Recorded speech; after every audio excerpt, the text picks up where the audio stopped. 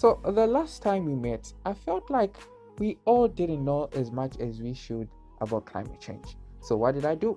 I decided to go to some of my friends and old timers to see what exactly they are doing to address this pressing matter of climate change.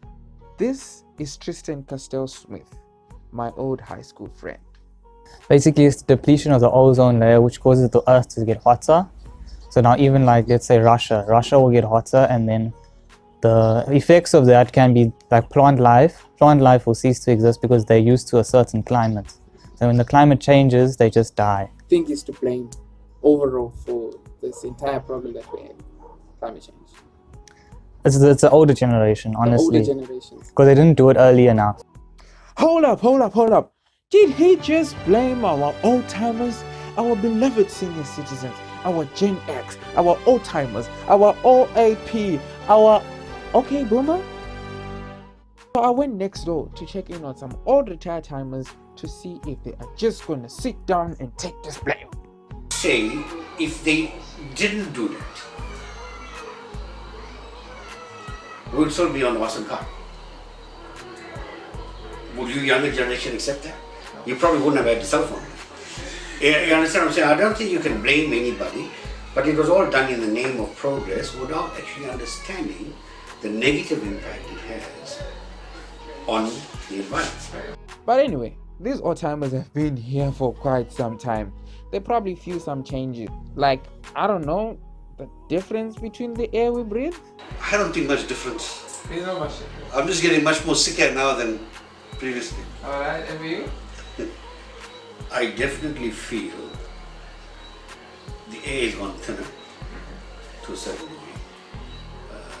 Not that I can actually, I'm not an expert on the subject, but you can feel it with the amount of, in this area for this road where we live, to see a car going was a very rare sight. Now I'm talking in the 70s, okay? And now, the amount of motor vehicles on the road, obviously with carbon monoxide emissions from motor vehicles, that obviously will affect the quality of oxygen. Shout out Young Swiss. So I went to someone who I have actually seen with my own eyes doing something about environment, although he insisted on not wearing pants for this interview. But anyway, I'll let that slide. I hardly litter. I use the bin all the time. Cause like people usually litter when they buy, let's say, junk food. I just bought a packet of snacks or a can of something, of like some cold drink, and then on my way I'm walking somewhere, and then I'm not comfortable with holding this thing or putting this thing in my bag, so I'll just chuck it away. For me, cause like all the time I drink water, as you said. I have 4 or 5 water bottles that I reuse constantly. I'm not trying to keep on buying and buying water bottles. So yeah, I feel like I might be contributing to the better of the environment more than the worst. Yeah. If Alpine is being socially responsible, Tristan, are you doing the same? Hey, not really. I'm gonna be honest with you. Not really. We do a little bit of recycling. We do our own vegetables and stuff. We grow our own vegetables and stuff, but that's about it. I don't know how can I, as an individual, what power I have, I still got to question myself. Okay, I'll look at lots of things, try and save water, when I'm washing, in my own little house, when I'm cooking or trying to minimize use of electricity and all this kind. I'm always conscious. I'll get up in the morning, if I had a shower, I'll put the geyser off. In the evening, then I'll put it back on for the next morning. These kind of things I do in my little capacity.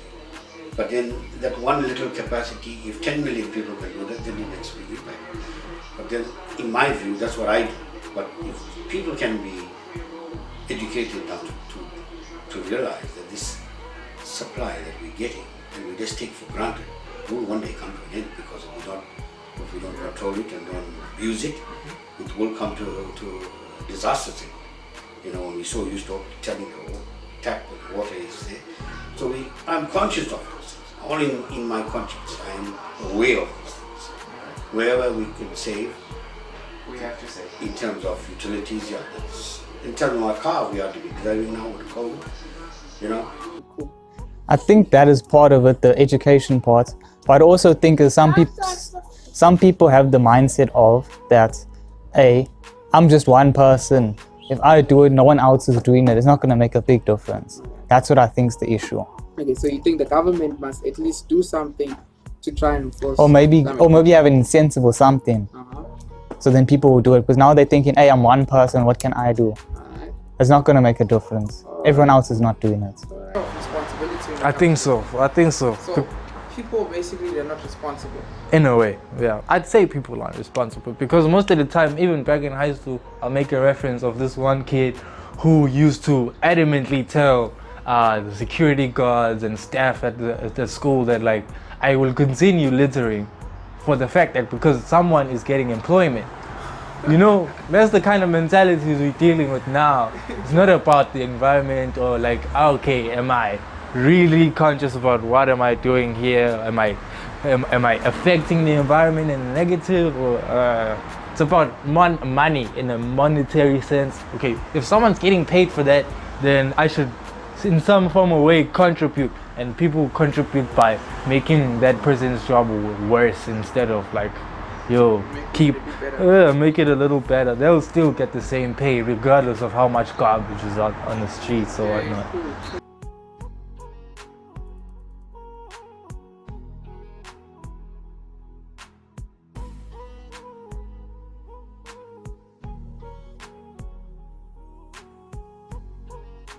America has been losing, and Donald Trump understood that in a way that I didn't. And I don't think we have to care about the environment. Like, what do you? No, not even a little bit.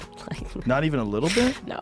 Okay, let me clarify this. I don't throw trash on the ground. Like, Okay. I'm not saying like we need to like trash the environment. Like, but do I believe in climate change? No. You don't believe in climate change? Well, I think the climate always changes, I guess is what I should say. Do I believe that this is like, an issue that is being, that is global warming, which they've changed conveniently. They got rid of the word once scientists started disproving it. Now they only say climate change. No, I think that was just a way to extract dollars from Americans. I don't at all believe.